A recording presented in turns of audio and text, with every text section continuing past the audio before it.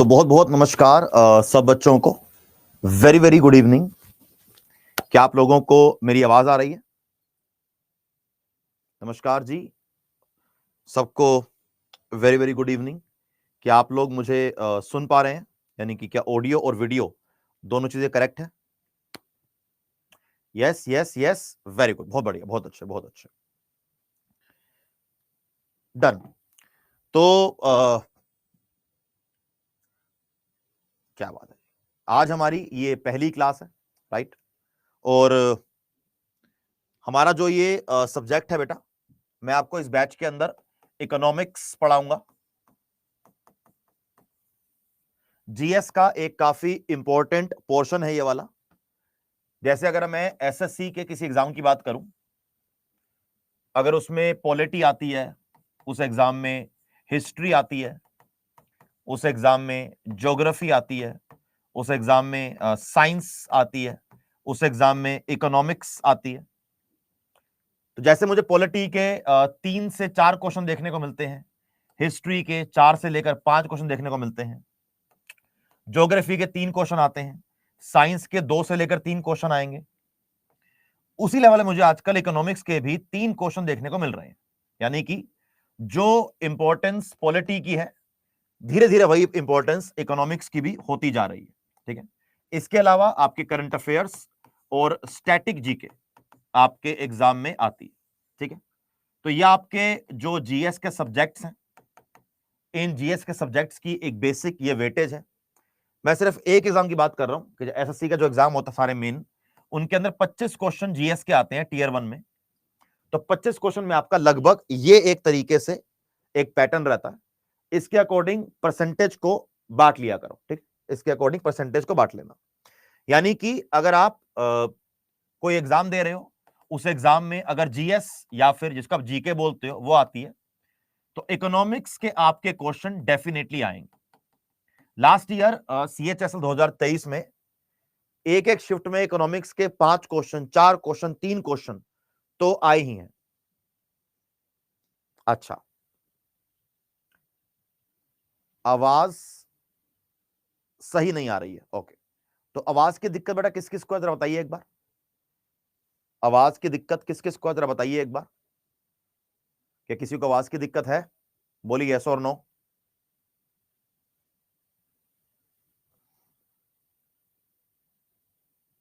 सबको आ रही है?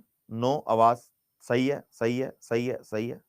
देखकर 99% लोग बोल रहे हैं क्लियर है ना। जिनको दिक्कत आ रही है आवाज की, वो एक बार आवाज के लिए क्लास को रीजॉइन कर लो। ठीक है।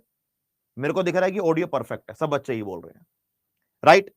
तो अभी सबसे पहले हम इकोनॉमिक्स के सिलेबस की बात करेंगे कि हमने इकोनॉमिक्स में क्या क्या कवर करना है, राइट। अब जैसे आरपीएफ के लिए बच्चा पूछ रहा है, अगर अब आरपीएफ के तो 50 क्वेश्चन आने हैं एग्जाम में, तो हो सकता है कि 5 से लेकर 7 क्वेश्चन इकोनॉमिक्स के आ जाए, ये भी हो सकता है। ठीक है, चलो, ये हमारा इकोनॉमिक्स का सिलेबस है।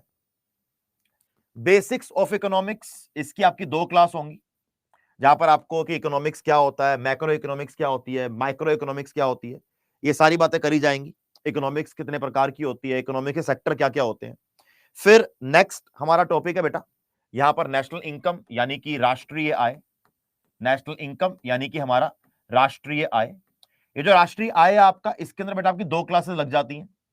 फिर आपका प्लानिंग इन इंडिया, जहां पर आपको मैं 5 ईयर प्लान्स यानी कि 5 वर्षीय योजनाएं करवाऊंगा। यहां पर भी आपकी 2 से लेकर 3 क्लासेस कभी कभी लग जाती हैं। फाइनेंशियल मार्केट, आपकी वित्तीय बाजार 1 class. Banking in India with RBI 3 classes. Fiscal policy, monetary policy लगभग 4 क्लासेस। बैलेंस ऑफ पेमेंट यानी कि एक्सपोर्ट इंपोर्ट क्या होता है, 1 क्लास। इन्फ्लेशन एक चैप्टर है, अनएम्प्लॉयमेंट एक चैप्टर है, पॉवर्टी एक चैप्टर है। इन तीनों को मिलाकर लगभग 5 classes. International organisations almost 2 classes. Government scheme 1 classes, साथ में आपको मैं एक अच्छी सी पीडीएफ प्रोवाइड करूंगा। Agriculture 1 class, industry in India 1 class. Total देखें तो 2 2 4 5 6 7 8 9 10 11, 11 4 15, 16, 16 5 21, 21 और 2 23, 24 25 26, यानी कि अराउंड 25 से लेकर 28 क्लासेस के अंदर आपका इकोनॉमिक्स पूरा का पूरा कवर हो जाएगा। आपका इकोनॉमिक्स पूरा का पूरा कवर हो जाएगा। ठीक है। अब बहुत सारे बच्चों के मन में क्वेश्चन रहता है कि सर जब इकोनॉमिक्स पढ़ा रहे हैं आप, जो ये इकोनॉमिक्स पढ़ा रहे हैं, ये इकोनॉमिक्स कौन से एग्जाम के लिए है? राइट, देखो जिस एग्जाम में आपका जीके और जीएस आता है, चाहे वो एसएससी का कोई एग्जाम हो, रेलवे का एग्जाम हो, DSSB का हो, सीडीएस का हो, एनडीए का हो, स्टेट पीसीएस का हो, उन सब के लिए ये क्लास आपके इकोनॉमिक्स की काम आने वाली है। तो जिस एग्जाम में जीके जीएस आएगा उसमें इकोनॉमिक्स भी आएगी, तो ये क्लास हर उस एग्जाम के लिए। तो बार बार मुझसे आप ये वाला क्वेश्चन मत पूछिएगा, ठीक है? हाँ जी, तो यस, ये रहा हमारा मुद्दा। दूसरा, हमारे क्लास की प्लानिंग क्या रहती है कि क्लास कैसे चलेगी, क्लास में क्या क्या मिलेगा आपको। रोज आपकी शाम को 7 बजे बेटा ये क्लास होगी, 7 से लेकर 8 बजे आपकी क्लास चलेगी हमारी अड्डा की ऐप पर, राइट। साथ साथ हर क्लास ये आपको लाइव क्लास चलेगी, जो लाइव नहीं देख पाएगा उसको ये क्लास रिकॉर्डेड मिल जाएगी। साथ में हर क्लास की आपको पीडीएफ मिलेगी, पीडीएफ में जो नोट्स लिखवा रहा हूं वो नोट्स आपको साथ में मिलेंगे, ठीक है। ये सारी चीजें आपको इस क्लास के अंदर मिल जाती है, ये सारी चीजें आपको इस क्लास के अंदर मिल जाती हैं, राइट। ये रहेगा हमारा क्लास की प्लानिंग। जिस दिन क्लास है उसी दिन के 2 घंटे के अंदर अंदर आपको पीडीएफ और रिकॉर्डेड क्लास मिल जाती है, तो don't worry about it, right. इसके साथ साथ हम अब क्लास को स्टार्ट करेंगे और हमारे चैप्टर का नाम है आज इंट्रोडक्शन टू इकोनॉमिक्स, कि बेसिकली इकोनॉमिक्स होता क्या है, ठीक है। जब मैं आपसे इकोनॉमिक्स की बात करता हूं तो इकोनॉमिक्स एक सब्जेक्ट है, इकोनॉमिक्स एक सब्जेक्ट है, इकोनॉमिक्स एक विषय है, ठीक है। जो जो बच्चे क्लास में आज मुझसे पहली बार मिल रहे हैं, आपको मैं एक बात क्लियर कर देता हूं, जब मैं या आपको कोई भी टीचर पढ़ाना चालू कर दे तो आपका ध्यान कमेंट बॉक्स पर कम, आपका ध्यान इस बोर्ड पर और सिर्फ मुझ पर रहना चाहिए। मैं पहले ही दिन क्लियर कर देता हूं कि बाद में बुरा लगे आपको, अगर कोई क्वेश्चन काम का नहीं है मैं उस क्वेश्चन का जवाब नहीं दूंगा, क्योंकि मेरा मानना है कि हमें यहां पर 1 घंटा मिलेगा इस चैप्टर को पढ़ने के लिए। मैं 1 घंटा आपको सिर्फ पढ़ाना चाहता हूं, मैं 1 घंटा कोई आपसे फालतू की बात, कोई बकवास, अननेसेसरी की बातें या गप्पे नहीं मारना चाहता। आपको गप्पे मारने हैं, यूट्यूब पर मेरी क्लास होती है, वहां पर आइए, वहां गप्पे मारेंगे, राइट। यहां पर गप्पे नहीं चलेंगे बेटा, पहले ही क्लियर कर देता हूं, ठीक है। तो इकोनॉमिक्स एक सब्जेक्ट होता है जिसको हिंदी के अंदर अर्थशास्त्र कहते हैं। यहां पर आपने एक वर्ड और सुना होगा, इकोनॉमी। इकोनॉमी होती है अर्थव्यवस्था, इकोनॉमी होती है अर्थव्यवस्था, यानी कि एक वर्ड इकोनॉमी है और एक वर्ड इकोनॉमिक्स है। इन दोनों में डिफरेंस क्या है, इन दोनों में डिफरेंस क्या होता है, यह मुद्दा जानना बहुत जरूरी है कि what is difference between economy and economics. जब मैं आपसे इकोनॉमी की बात करूंगा तो मैं आपसे अर्थ शास्त्र की बात नहीं कर रहा हूं, तो मैं आपसे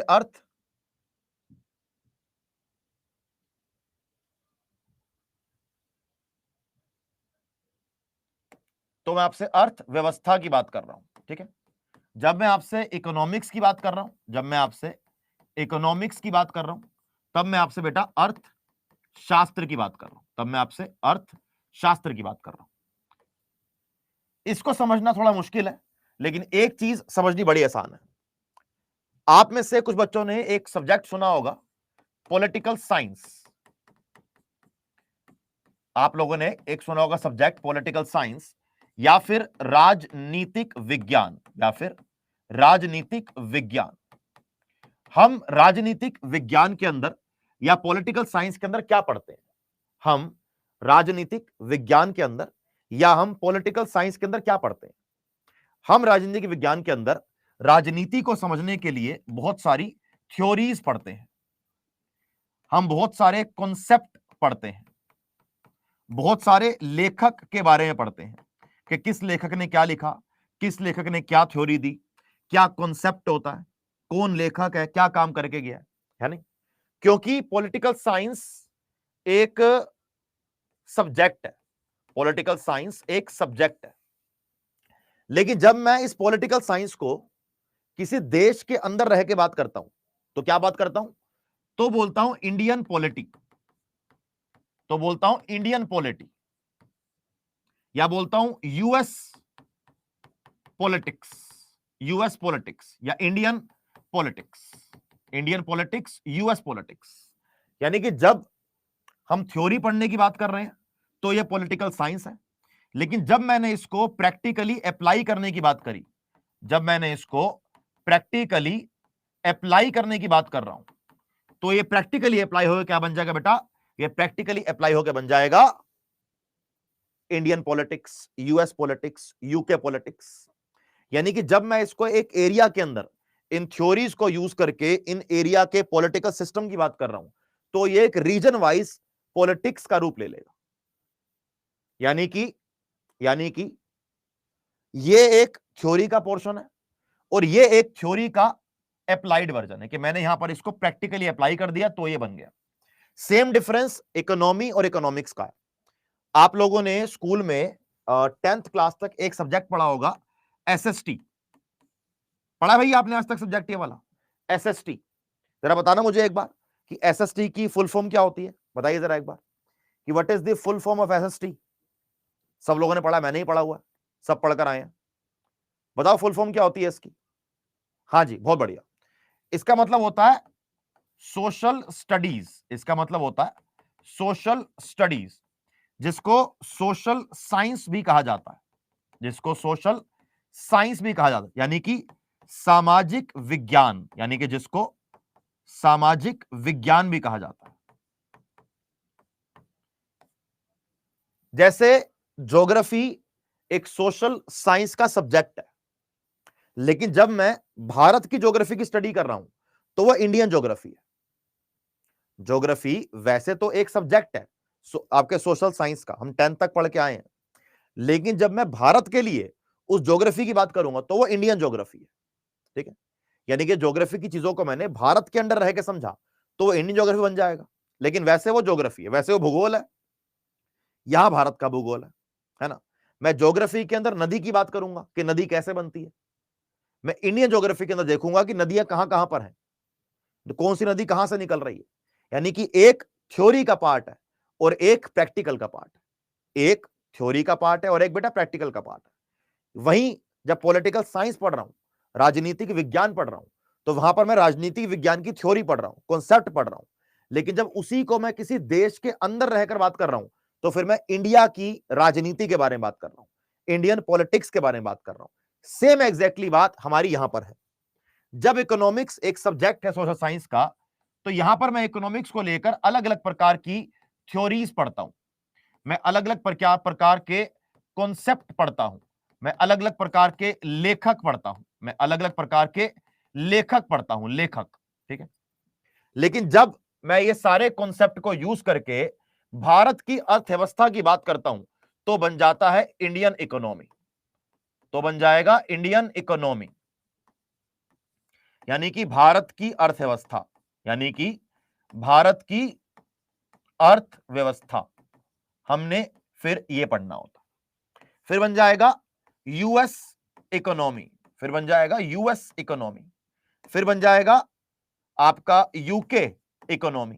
यानी कि जब मैं एक एरिया के अंदर रह के, एक रीजन के अंदर रह के इकोनॉमिक्स के कॉन्सेप्ट को पढ़कर, इकोनॉमिक्स के कॉन्सेप्ट को समझकर यहां पर उन्हें अप्लाई करने की बात कर रहा हूं, यानी कि जब मैं उनको प्रैक्टिकल तरीके से अपनी जिंदगी में अप्लाई करने की बात कर रहा हूं तो वो कहलाता है इकोनॉमी। तो इकोनॉमिक्स एक सब्जेक्ट है, इकोनॉमिक्स एक सब्जेक्ट है और इकोनॉमी बेटा उसका अप्लाइड वर्जन है। तो समझ आया कि इकोनॉमी में और इकोनॉमिक्स में क्या फर्क है? बोलो, समझ आया कि इकोनॉमी में और इकोनॉमिक्स में क्या फर्क है? बात क्लियर, थोड़ी समझ आई? एक बेसिक चीज बात दिमाग में घुसी कि हाँ यार फर्क समझ आ रहा है? जल्दी बोलो यस और नो। Yes, yes. देखो यार, हमारी क्लास चलेगी ऐसे ही कि मैं आपसे एकदम पूछता रहूंगा कि भैया इंटरेक्टिवली बात करेंगे हम लोग कि हाँ भैया समझ आ रहा है क्या नहीं आ रहा है, ऐसे मजा नहीं आएगा नहीं तो, है ना? राइट, चलिए कोई बात नहीं।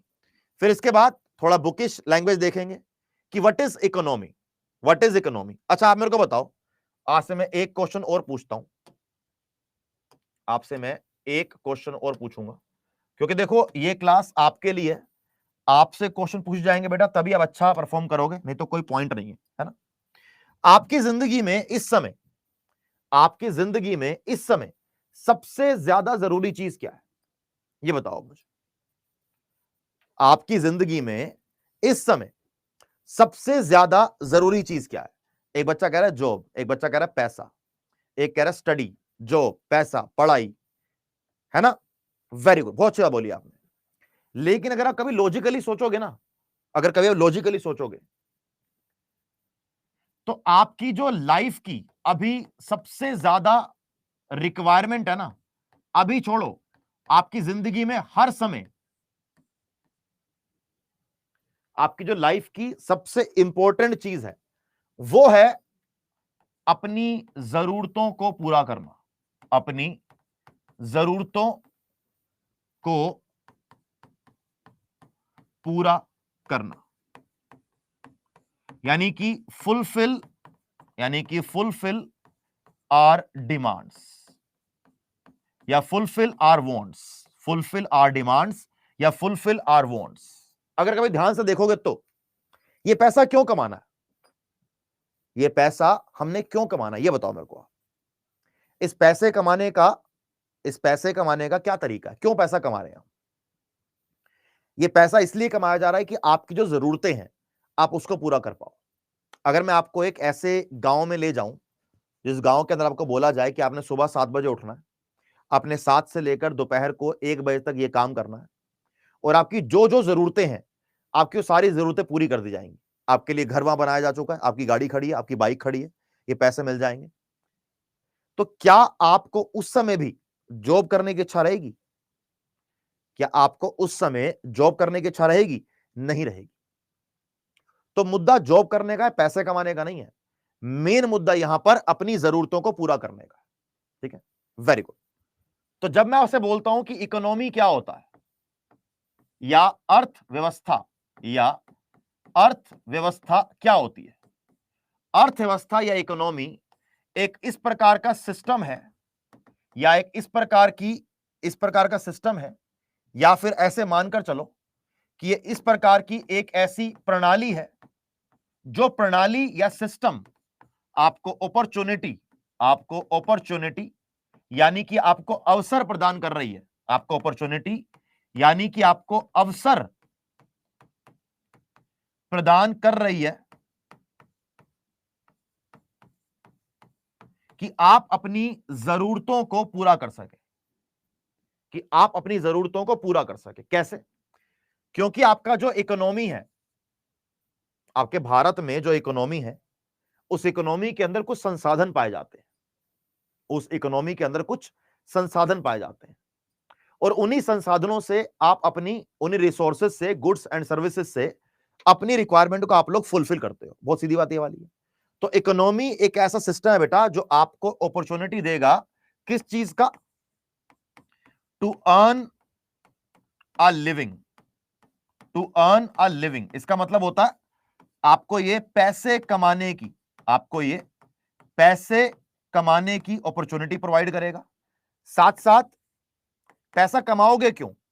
टू फुलफिल योर नीड्स, अपनी जरूरतों को पूरा करने के लिए, अपनी जरूरतों को पूरा करने के लिए। ठीक है, और दूसरों की जरूरतें पूरा करते करते आप अपना घर चलाओगे, दूसरों की जरूरतें पूरा करते करते अपना घर चलाओगे। कैसे? आओ समझाता हूं। मानो कि एक लड़का है रोहित, मानो कि एक लड़का है रोहित, रोहित को अपने फ्रेंड की शादी पे जाना है, रोहित को अपने फ्रेंड की शादी पे जाना है। रोहित ने बोला शादी के लिए एक शर्ट सिलवानी है, रोहित ने बोला शादी के लिए एक शर्ट सिलवानी है। तो ये शर्ट रोहित की रिक्वायरमेंट है, ये शर्ट रोहित की क्या है बेटा? ये शर्ट रोहित की जरूरत है, रोहित की रिक्वायरमेंट है। ठीक है, इस रिक्वायरमेंट को फुलफिल करने के लिए रोहित गया एक टेलर के पास, रोहित गया बेटा एक दर्जी के पास। ठीक है, दर्जी ने बोला कि भैया जी 500 रुपए लगेंगे, शर्ट सिल दूंगा, 500 रुपए लगेंगे, शर्ट सिल दूंगा। ठीक, रोहित ने टेलर भैया को 500 रुपए दिए और शर्ट सिलवा ली।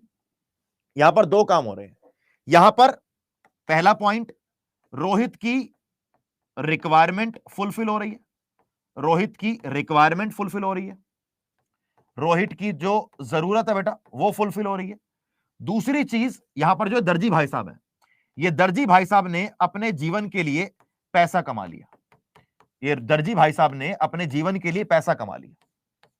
अब ये 500 रुपए दर्जी भाई साहब 500 का नोट खा नहीं जाएंगे, ये दर्जी भाई साहब 500 का नोट खा नहीं लेंगे, ये दर्जी भाई साहब इस 500 रुपए को जाकर कहीं पे खर्च करेंगे, दाल लेंगे, चावल लेंगे, कपड़ा लेंगे, हजार चीजें लेंगे। जहां जहां पर जाकर दर्जी भाई साहब इस पैसे को खर्च करेंगे, वहां वहां के लोगों को पैसा कमाने की अपॉर्चुनिटी मिलेगी, और जो जो सामान ये दुकान से लेकर आएंगे दर्जी भाई साहब अपनी जरूरत को पूरा करेंगे। तो इकोनॉमिक्स बेसिकली एक सिस्टम है, इकोनॉमिक्स बेसिकली एक सिस्टम है, जिस सिस्टम में कोई पैसे कमा रहा है और कोई अपनी जरूरत को पूरा कर रहा है। मेरी सैलरी आती है, ठीक है, मैं उस सैलरी को अलग अलग जगह खर्च करता हूं, रेंट दूंगा, गाड़ी की ईएमआई पे करूंगा, हजार खर्चे और होते हैं वो करूंगा, कुछ खरीदना खरीदूंगा, तो उससे मैंने जो पैसा कमाया टू अर्न अ लिविंग, ये भी मेरे को इकोनॉमी से प्राप्त हुआ। उस पैसे को खर्च करके अपनी जरूरत को पूरा कर रहा हूं, ये भी मुझे इकोनॉमी से ही प्राप्त हो रहा है। अगर ये इकोनॉमी का सिस्टम ना हो, अगर ये इकोनॉमी का पूरा सिस्टम ना हो, तो दोनों चीजें हमारी खत्म हो जाएंगी, हम उसको फुलफिल नहीं कर सकते। ये होती है आपकी इकोनॉमी, ये होती है आपकी इकोनॉमी। इसमें एक बात ध्यान रखना, और अपनी जरूरतों को पूरा करने के लिए हमें क्या चाहिए, हमें गुड्स एंड सर्विसेज, हमें गुड्स एंड सर्विसेज की जरूरत है, वस्तुओं और सेवाओं की जरूरत है। और हमेशा ध्यान रखना कि वस्तुएं और सेवाएं स्कार्सिटी यानी कि स्कार्स हैं, वस्तुओं और सेवाएं स्कार्स यानी कि there is scarcity of goods and services. इस वर्ड को सिर्फ ध्यान रखेंगे, बाद में बताऊंगा कि इस वर्ड का मतलब क्या होता है, ठीक है। चलिए, हाँ बेटा, आज से कोर्स स्टार्ट हुआ है। इसके बाद अब पढ़ेंगे कुछ बुकिश लैंग्वेज, जो बुक के अंदर लिखा हुआ है। देखो, जो पढ़ा रहा हूं, समझा रहा हूं, वो यहां पर लिखा होगा, a system which provides people the means यानी कि अपॉर्चुनिटी, मीन्स मतलब अपॉर्चुनिटी, मीन्स टू वर्क, काम करने के लिए आपको ये एक अपॉर्चुनिटी प्रोवाइड कर रहा है। दर्जी भाई काम कर रहा था, अर्न अ लिविंग, काम करके पैसे कमा रहा है ना। रिसोर्सेज को, स्कार्स रिसोर्सेज को यूज करके दूसरों की जरूरतों को पूरे करके, दूसरों की जरूरतों को पूरा करने के लिए जो गुड्स और सर्विसेज को यूज करके आप काम कर रहे हो, पैसे कमा रहे हो, ये पूरा इकोनॉमी है, ये पूरा इकोनॉमिक सिस्टम है। क्या है बेटा, ये पूरा इकोनॉमी है, पूरा इकोनॉमिक सिस्टम है। तो इकोनॉमी एक प्रणाली है जो लोगों को काम करने और जीविकोपार्जन के लिए उपलब्ध दुर्लभ संसाधनों का उपयोग करके वस्तुओं और सेवाओं का उत्पादन करने के लिए, हमारी आवश्यकता को पूरा करने के लिए साधन प्रदान करती है। यह होता है बेसिक इकोनॉमी का मतलब, सिंपल, कि पैसा कमाना है तो इकोनॉमिक सिस्टम है, काम करना है तो इकोनॉमी है, अवेलेबल रिसोर्सेज को यूज करना पड़ेगा। जैसे मानो कि ये जैकेट है, ये जैकेट किसी ने तो बनाई होगी ना, अब इस जैकेट को बनाने के लिए कपड़ा लगा होगा, वो कपड़ा कहां से आएगा, वो कपड़ा दुनिया से ही आएगा, कि रिसोर्सेज, अवेलेबल रिसोर्सेज है ना, ये बात है। इसके बाद नेक्स्ट आता है हमारा कि इकोनॉमिक्स क्या होता है। सिंपल है बेटा, ये तो बहुत सिंपल है कि economics is a social science, यानी कि भाई ये एक सामाजिक विज्ञान है, ठीक है, जो सिंपल बात करता है कि किस प्रकार से वस्तुओं और सेवाओं का प्रोडक्शन किया जाएगा, उनका उत्पादन किया जाएगा, किस प्रकार से उनका डिस्ट्रीब्यूशन, उनका वितरण किया जाएगा, किस प्रकार से उनको ऊपर खर्चा किया जाएगा, किस प्रकार से उनका उपभोग किया जाएगा, ये सब इकोनॉमिक्स की बात करता है। इकोनॉमिक्स का हिंदी के अंदर मतलब होता है अर्थशास्त्र, इकोनॉमिक्स का हिंदी के अंदर मतलब होता है बेटा अर्थशास्त्र। इसको बोलते हैं धन का अध्ययन, इसको बोलते हैं धन का अध्ययन, यानी कि यहां पर स्टडी ऑफ मनी करा जा रहा है, स्टडी ऑफ मनी। इकोनॉमी के अंदर मनी की स्टडी करके मनी कैसे कमानी है यह बताया जा रहा है, और यहां पर धन का अध्ययन किया जा रहा है, यहां पर धन का अध्ययन किया जा रहा है। बात समझ आ गई? यह फर्क है इकोनॉमिक्स में और इकोनॉमी में, करेक्ट। ये बेसिक इंट्रोडक्शन है, तो आराम से बैठो, स्ट्रेस मत लेना, 1 2 3 क्लास के बाद आपको सब कुछ समझ आना स्टार्ट हो जाएगा, ठीक है। अभी से स्ट्रेस ले लोगे तो बड़ा घबरा जाओगे कि यार ये क्या बता दिया, आज तक पढ़ा ही नहीं है। इकोनॉमिक्स एक ऐसा सब्जेक्ट है जो आपने यूजुअली बच्चे नहीं पढ़ते, ठीक है, इसलिए मेरे को इसको बहुत आराम आराम से और प्यार से पढ़ाना पड़ता है। पॉलिटी क्या है ना, पॉलिटी बच्चा, हिस्ट्री बच्चा पढ़कर ही आएगा, आर्टिकल, लड़ाइयां, युद्ध, कांग्रेस बच्चा पढ़ के ही आता है, इकोनॉमिक्स नहीं पढ़ के आता। एक इकोनॉमिक्स ऐसा है और एक ज्योग्राफी भी कहीं ना कहीं ऐसा है जो बच्चा घबराता है, डरता है ना। चलिए इसके बाद हम आगे बढ़ेंगे। हमारा नेक्स्ट कॉन्सेप्ट है, एक आपसे क्वेश्चन है मेरे से कि स्कार्सिटी से आप लोग क्या समझते हैं। ये मेरा क्वेश्चन आपसे है बेटा कि स्कार्सिटी ये वर्ड, इस वर्ड से आप लोग क्या समझते हैं, बताइए। स्कार्सिटी वर्ड से आप लोगों को क्या समझ में आता है। और बहुत सिंपल क्वेश्चन है, ऐसा नहीं कि मैंने आपसे को बहुत डिफिकल्ट क्वेश्चन पूछ लिया कि इस स्कार्सिटी से आप लोग क्या समझते हैं। वेरी सिंपल, बताइए मेरे भाई क्या आंसर होगा इसका, जल्दी बोलिए गुरु, जल्दी फटाफट से। कह रहा है सेव वाटर ना। स्कार्सिटी का मतलब होता है, बहुत सिंपल मतलब है, दुर्लभता। स्कार्सिटी का मतलब होता है दुर्लभता, कि किसी चीज की कमी होना। क्या होना बेटा, कि किसी चीज की कमी होना, दुर्लभता, किसी चीज की कमी होना, ये स्कार्सिटी का मीनिंग है। ये स्कार्सिटी का मीनिंग है। हमने बचपन से लेकर एक चीज आज तक पढ़ी है, हमने बचपन से लेकर एक चीज, हमारे पेरेंट्स ने, हमारे टीचर्स ने, हमारे बड़े बुजुर्गों ने हमें एक चीज सिखाई है। इंसान एक ऐसी प्रजाति है, ह्यूमन बीइंग एक ऐसी प्रजाति है, या हम जो मानव हैं, हम जो इंसान हैं, ये एक ऐसी प्रजाति है बेटा, हम जिंदगी में जो मर्जी पालें, हम जिंदगी में जो मर्जी पालें, हमें उस चीज से खुशी नहीं मिलती, हमें उस चीज से खुशी नहीं मिलती। मानो कि आज मैं, आप में से बहुत सारे बच्चे एग्जाम को पास करके सोचेंगे कि भाई गाड़ी लूंगा या एक बाइक लूंगा, ठीक है। बाइक लेने के बाद बाइक ले ली, 4 दिन बाइक ली, बड़ा मजा आया, कह रहे अब यार गाड़ी लेनी है, फिर गाड़ी ले लोगे, फिर बड़ी गाड़ी चाहिए। सागर भाई एक बार जरा क्वेश्चन दोबारा पूछ लो बेटा, आपका क्वेश्चन गुम गया चैट में, दोबारा पूछ लो एक बार, है ना। तो क्या होता है ना, क्या होता है कि जैसे हम जो मर्जी लाइफ में कर लेना, हमें कभी ना सेटिस्फेक्शन नहीं मिलती। और बड़े बुजुर्ग बोलते हैं कि अगर सेटिस्फेक्शन मिल गई, बड़े बुजुर्ग बोलते हैं, जैसे बुद्धा ने ये बोला एक बार कि अगर आपको सेटिस्फेक्शन मिल जाती है तो यानी कि आपने जिंदगी में सुख पा लिया। जैसे मान लो देखो अंबानी है, अंबानी है ना, आपने सुना होगा, अंबानी है, अंबानी, अंबानी की एक टीम है मुंबई इंडियंस, अंबानी की टीम है मुंबई इंडियंस। एक मिनट जरा, सागर भाई का क्वेश्चन है, मैं ज्यादा क्वेश्चन लूंगा नहीं तो कंटेंट रह जाएगा, नहीं तो पूछना है कि सर के पीडीएफ से कुछ नोट्स बनाने हैं या नहीं। देखो अगर आप क्लास अटेंड करके नोट्स नहीं बनाओगे तो फिर कोई फायदा नहीं है बेटा, नोट्स आप जरूर अटेंड बनाइएगा, ठीक है, ये मेरा आपको एडवाइस है। बेटा क्लास छूट गई है, आपको हर क्लास रिकॉर्डेड मिल जाएगी, हर क्लास आपको रिकॉर्डेड मिल जाएगी, ठीक है। अब दोबारा आते हैं अपने एग्जाम्पल पे। जैसे मुंबई इंडियंस एक अंबानी की एक टीम है, जिसको अंबानी के बेटे जी और उनकी वाइफ हैंडल करती है ना। कितने बड़े लोग हैं, कितने अमीर लोग हैं, है ना। 5 बार आईपीएल जीत चुके हैं ना। फिर भी उनकी जो पत्नी श्री है, वो कोई माला बाट बैठकर ऐसे माला जपती रहती है कि हे भगवान, हे भगवान, हे भगवान। भगवान भी कहेगा कि भाई अब तेरे को मैं और क्या दूं, कि क्या चाहिए तेरे को, है कि तेरे को क्या चाहिए। अंबानी जैसे लोग, मतलब जो भारत में उनसे अमीर इंसान कोई नहीं है, वो जो चाहे वो खरीद सकते हैं, जो चाहे वो कर सकते हैं, लेकिन उनकी भी रिक्वायरमेंट, उनकी भी डिमांड खत्म नहीं होती।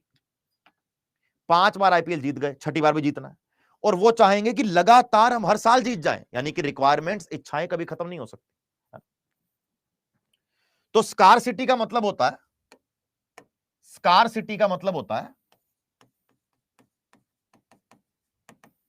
दुर्लभता। स्कार्सिटी का मतलब होता है दुर्लभता। इकोनॉमिक्स में स्कार्सिटी से कॉन्सेप्ट बन के आता है कि स्कार्सिटी ऑफ रिसोर्सेस, कि स्कार्सिटी ऑफ रिसोर्सेस। अब चाहे आप भारत की बात करो, चाहे आप यूएसए की बात करो, आप अमेरिका की बात करो, आप किसी की बात करो, कहीं ना कहीं पर आपको किसी चीज की कमी दिखी जाएगी। कहीं ना कहीं पर आपको किसी चीज की कमी दिख जाएगी। जैसे भारत में हम लोग जितना मर्जी आगे बढ़ जाएं, हम जो मर्जी कर लें, भारत सरकार जितना मर्जी डेवलपमेंट कर ले, पेट्रोल के कुएं तो नहीं लगा सकती ना। पेट्रोल के कुएं तो नहीं लगा सकती। बताओ मेरे को, आप लगा देगी क्या पेट्रोल के कुएं? नहीं लगा सकती, है ना, सीधी बात। अब अलग अलग देश की अलग अलग दिक्कत है, अलग अलग देश की अलग अलग दिक्कत है। जैसे हम मानो कि अंबानी की बात कर लेते हैं। अंबानी के पास इतना पैसा होगा कि भाई लिमिट ही नहीं है, लेकिन क्या वो सब कुछ खरीद सकता है? क्या वो सब कुछ खरीद सकता है? नहीं खरीद सकता। ऐसा कोई चीज या दुनिया में इंसान बना ही नहीं है जो सब कुछ खरीद ले, ऐसा हो ही नहीं सकता। तो स्कार्सिटी ऑफ रिसोर्सेस, संसाधनों की दुर्लभता, ये परमानेंट कॉन्सेप्ट है। चाहे कोई डेवलपिंग कंट्री है, चाहे कोई डेवलपिंग कंट्री है, चाहे कोई डेवलप्ड कंट्री है, यानी कि कोई विकसित देश है या कोई विकासशील देश है, हर देश में आपको संसाधनों की दुर्लभता पाई जाएगी। सुनने में तो एक कॉन्सेप्ट बहुत इजी है, सुनने में एक कॉन्सेप्ट बड़ा आसान है ना, लेकिन इस कॉन्सेप्ट से दुनिया की पूरी इकोनॉमिक्स चलती है। इस कॉन्सेप्ट से दुनिया की पूरी इकोनॉमिक्स चलती है। कैसे? इस कॉन्सेप्ट से कॉन्सेप्ट निकल के आता है डिमांड एंड सप्लाई। इस कॉन्सेप्ट से एक कॉन्सेप्ट निकल के आता है डिमांड एंड सप्लाई, मांग तथा आपूर्ति। अगर किसी वस्तु की दुर्लभता होगी नहीं तो कोई उसकी डिमांड करेगा भी क्यों? जाएगा, लेगा, खत्म बात। जाएगा, लेगा, खत्म बात। जैसे पहले पीने का पानी बड़ा अवेलेबल था, साफ पानी था, कोई दिक्कत नहीं थी। कोई साफ पानी को पूछ रहा था, सबने गंदा कर करके सारा पानी खराब कर दिया, है ना, बेड़ा गर्क कर दिया पानी का, ग्राउंड वाटर खत्म हो गया, है ना। अब सब लोग रो रहे हैं, अब सब लोग रो रहे हैं। अब वही पानी 10 रुपए का, 50 रुपए का, 100 रुपए का, 4-4 हजार रुपए का पानी बिक रहा है ना। क्यों ऐसा हुआ? क्योंकि जब उसकी दुर्लभता होनी चालू होगी, जब आपको रियलाइज होगा कि ये अनलिमिटेड नहीं है। जैसे हम अपने आप से क्यों इतना प्यार करते हैं, या अपने पेरेंट्स से हम इतना प्यार क्यों करते हैं, या अगर हमारी कोई लाइफ में कोई बॉयफ्रेंड है, कोई गर्लफ्रेंड है, कोई दोस्त है, हम उनसे प्यार क्यों करते हैं? क्योंकि हमको पता है ये परमानेंट नहीं है, ये एक दिन सब खत्म हो जाएगा। दुनिया में जो पैदा हुआ है मर जाएगा ना वो, है ना। मैं हूं, आप हो, कोई भी है, सबने मर जाना है एक दिन, सबने चला जाना है, कोई परमानेंट नहीं है। इसीलिए हमें इतना प्यार होता है, इसीलिए ये सारे कॉन्सेप्ट हमें देखने को मिलते हैं। अब इसी कॉन्सेप्ट से दो बातें निकल के आती हैं, उसको ध्यान रखना हमेशा।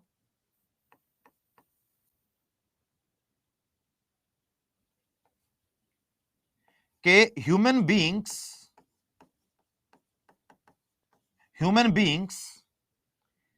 की जो डिमांड्स हैं, ह्यूमन बीइंग्स की जो डिमांड्स हैं, ह्यूमन बीइंग्स की जो रिक्वायरमेंट है, can not be fulfilled, can not be fulfilled, कि हमारी जरूरतें या हमारी इच्छाएं कभी भी पूरी नहीं हो सकती, कि human demands cannot be fulfilled.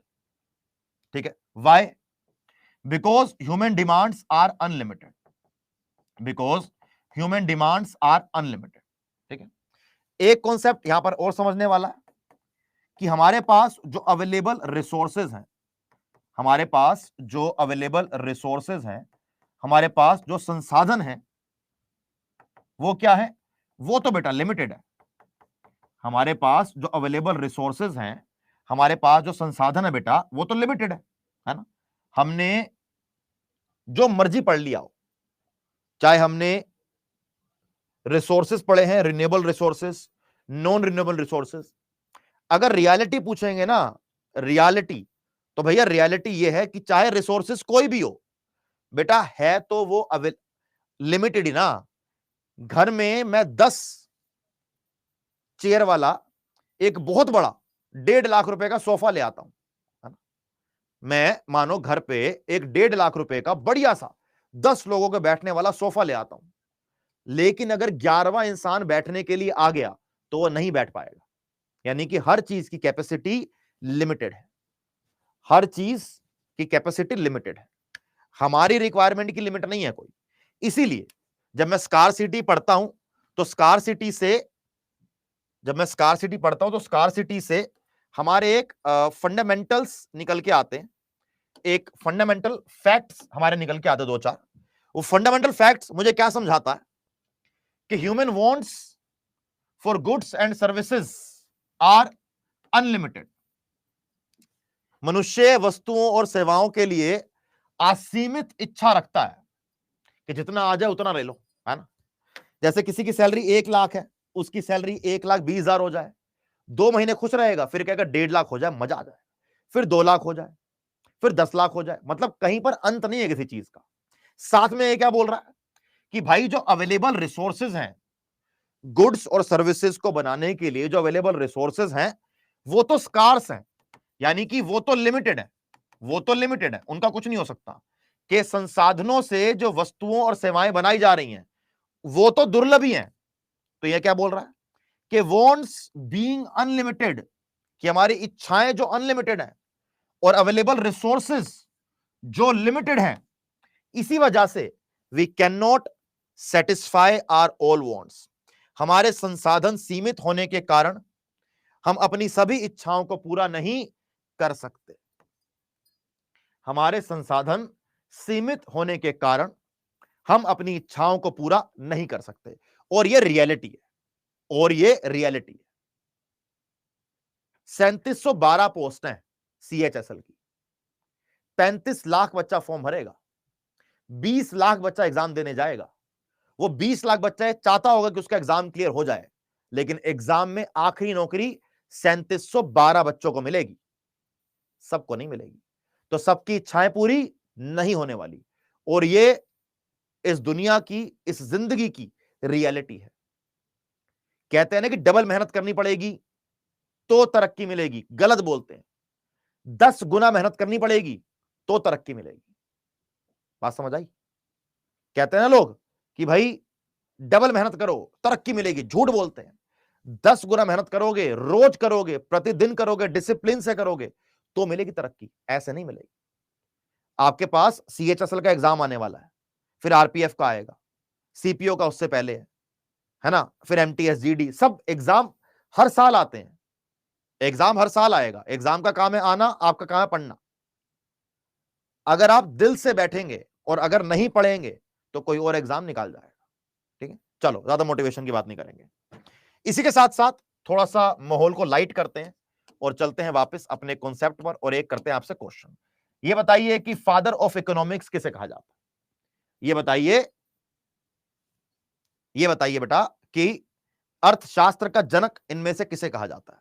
10 minute class चलेगी। 10 मिनट के बाद जो बच्चे क्लास में नए हैं, जिन्होंने बैच में जुड़ने का सोचा हुआ है, जो जुड़ चुके हैं बेस्ट, जो डेमो देख रहे हैं बेटा, उनको बताऊंगा कि एकलव्य बैच में क्या क्या होगा और एकलव्य बैच में जुड़ना कैसे है 10 मिनट के बाद। ठीक है, चलिए, very good. Right answer is Adam Smith is the correct answer. Right answer is Adam Smith is the correct answer.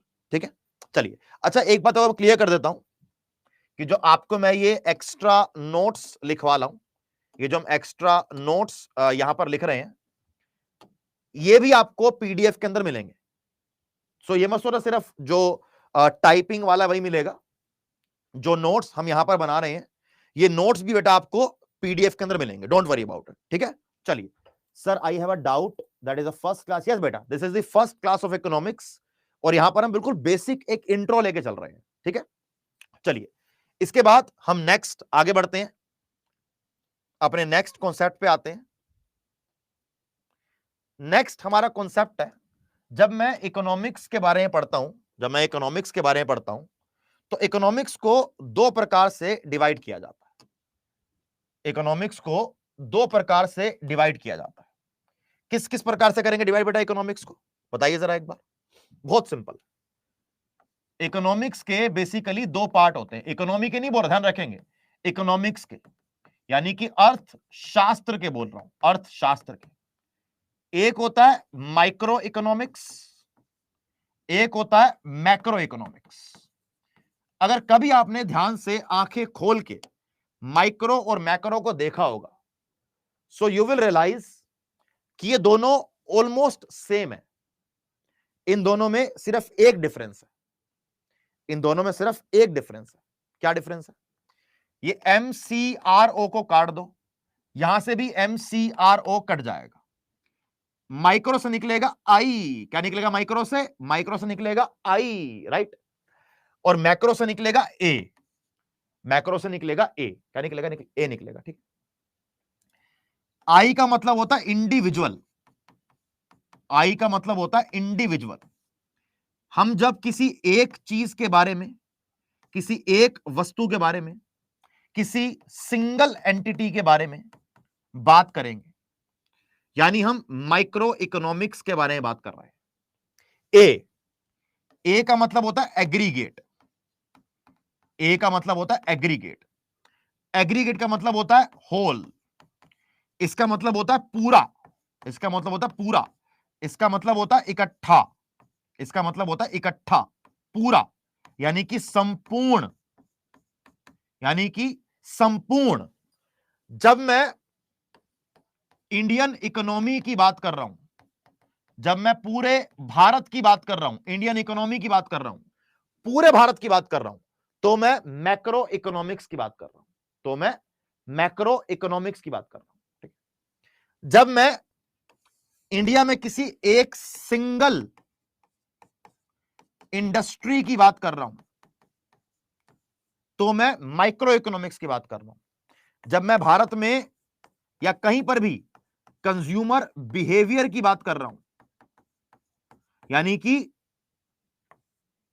उपभोक्ता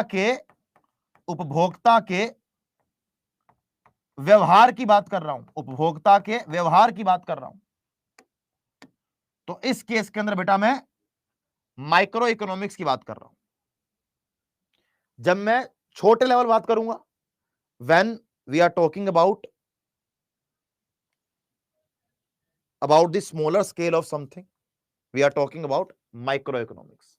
when we are talking about the whole economy, when we are talking about the whole economy, जब मैं पूरी अर्थव्यवस्था के बारे में बात कर रहा हूं, तो मैं मैक्रो इकोनॉमिक्स की बात कर रहा हूं।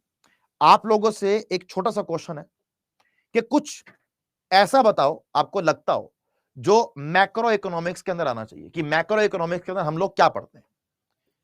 आप मेरे को यह बताओ कि हम मैक्रो इकोनॉमिक्स के अंदर क्या पढ़ते हैं। आई थिंक बहुत सिंपल मैंने आपसे क्वेश्चन पूछा, it's nothing like it's a difficult question, पर मैं चाहता हूं कि आप मेरे को बताएं। Very good. जब मैं आपसे भारत की राष्ट्रीय आय की बात कर रहा हूं, नेशनल इनकम की बात कर रहा हूं, भारत में गरीबी के स्तर की बात कर रहा हूं, भारत में गरीबी के लेवल की बात कर रहा हूं, तो यानी कि जब मैं पूरे भारत की बात करूंगा तो मैं आपसे मैक्रो की बात कर रहा हूं, राइट। बात समझ आ गई? चलिए, तो माइक्रो में और मैक्रो में क्या डिफरेंस है हमें समझ में आ गया, राइट। चलिए अब पढ़ेंगे बुकिश लैंग्वेज कि माइक्रो और मैक्रो में डिफरेंस क्या होता है। माइक्रो इकोनॉमिक्स को हिंदी के अंदर व्यष्टि अर्थशास्त्र कहा जाता है, मैक्रो इकोनॉमिक्स को हिंदी के अंदर समष्टि अर्थशास्त्र कहा जाता है। ये माइक्रो इकोनॉमिक्स क्या बोल रहा है बेटा, जब मैं किसी पर्टिकुलर या इंडिविजुअल मार्केट की बात कर रहा हूं तो माइक्रो इकोनॉमिक्स है। जब मैं कंज्यूमर के बिहेवियर की बात कर रहा हूं, उपभोक्ता के व्यवहार की बात कर रहा हूं, इंडिविजुअल लेबर है, इंडिविजुअल लेबर है, इंडिविजुअल कंज्यूमर है, कोई छोटी फर्म की बात कर रहा हूं, इंडिविजुअल इंडस्ट्री की बात कर रहा हूं। देखो यहां पर यह लड़का अपने बर्थडे की शॉपिंग करने जा रहा है। अब यह लड़का किस तरह की शर्ट खरीदेगा, किस तरह की पैंट खरीदेगा, जब मैं इसके व्यवहार को रीड कर रहा हूं, जब मैं इसके व्यवहार को रीड कर रहा हूं, इट मींस मैं कंज्यूमर के बिहेवियर की तरफ जाने का ट्राई कर रहा हूं, राइट।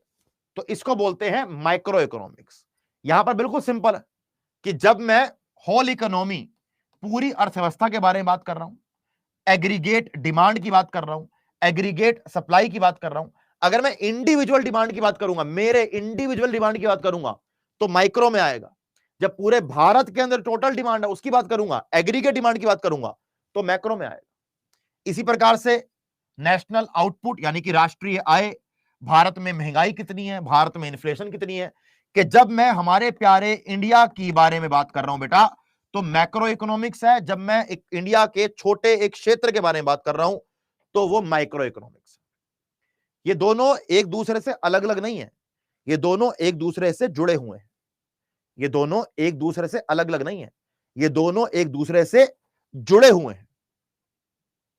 जैसे ये हमारा भारत है, इस भारत के अंदर इसके राज्य भी हैं, इस भारत के अंदर इसमें जिले भी हैं, इस भारत के अंदर इसमें शहर भी हैं, इस भारत के अंदर इसमें गांव भी हैं। मैं भारत के बारे में अलग डिफाइन कर सकता हूं, राज्यों के बारे में, जिलों के बारे में, शहर के बारे में, गांव के बारे में अलग अलग डिफाइन कर सकता हूं, लेकिन यह नहीं बोल सकता कि ये सारे एक दूसरे से मिले जुले नहीं है। यही गांव मिलकर जिला बनाएगा, जिला मिलकर राज्य बनाएगा, राज्य में ही शहर होंगे और वो सारे राज्य मिलकर भारत का निर्माण करेंगे। यानी कि सब कुछ आपस में कनेक्टेड है, सब कुछ आपस में कनेक्टेड है। ये माइक्रो माइक्रो माइक्रो पार्टिकल मिलके एक वस्तु, एक प्रोडक्ट का निर्माण करते हैं, एक वस्तु एक प्रोडक्ट का निर्माण करते हैं। बात समझ आई? तो ये दोनों अलग नहीं है, ये दोनों एक दूसरे से जुड़े हुए हैं, दोनों एक दूसरे के पूरक हैं, लेकिन दोनों में डिफरेंस जानना भी काफी जरूरी है, क्योंकि एग्जाम में आता है ना। हम तो कोई काम क्लास में ऐसा करेंगे ही नहीं जो एग्जाम में आने के अलावा है।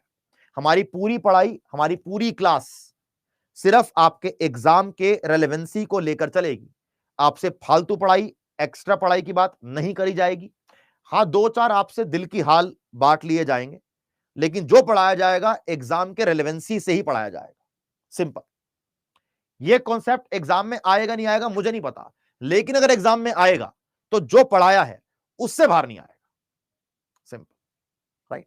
चलो, तो इसी के साथ साथ हमारी आज की ये क्लास यहां पे खत्म होती है। कल हमारी जो क्लास होगी बेटा, हम उस कल वाली क्लास में सेक्टर्स ऑफ इकोनॉमी के बारे में पढ़ेंगे कि हमारे इकोनॉमिक्स के सेक्टर कौन कौन से होते हैं, फिर आगे बढ़ेंगे।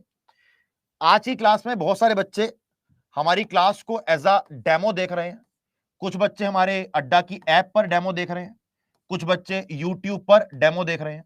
ठीक है, देखो आज 16 अप्रैल है, आज सिर्फ क्लासेस कुछ स्टार्ट हुई हैं। आप में से अगर कोई बच्चा CHSL की तैयारी कर रहा है तो हमारा आज से ही बेटा एकलव्य बैच चालू हुआ है। आप इस एकलव्य बैच में जुड़कर आने वाले 75 डेज, क्योंकि 75 डेज रह गए ना सिर्फ, उस 75 डेज में CHSL को पास करने का सपना पूरा कर सकते हो।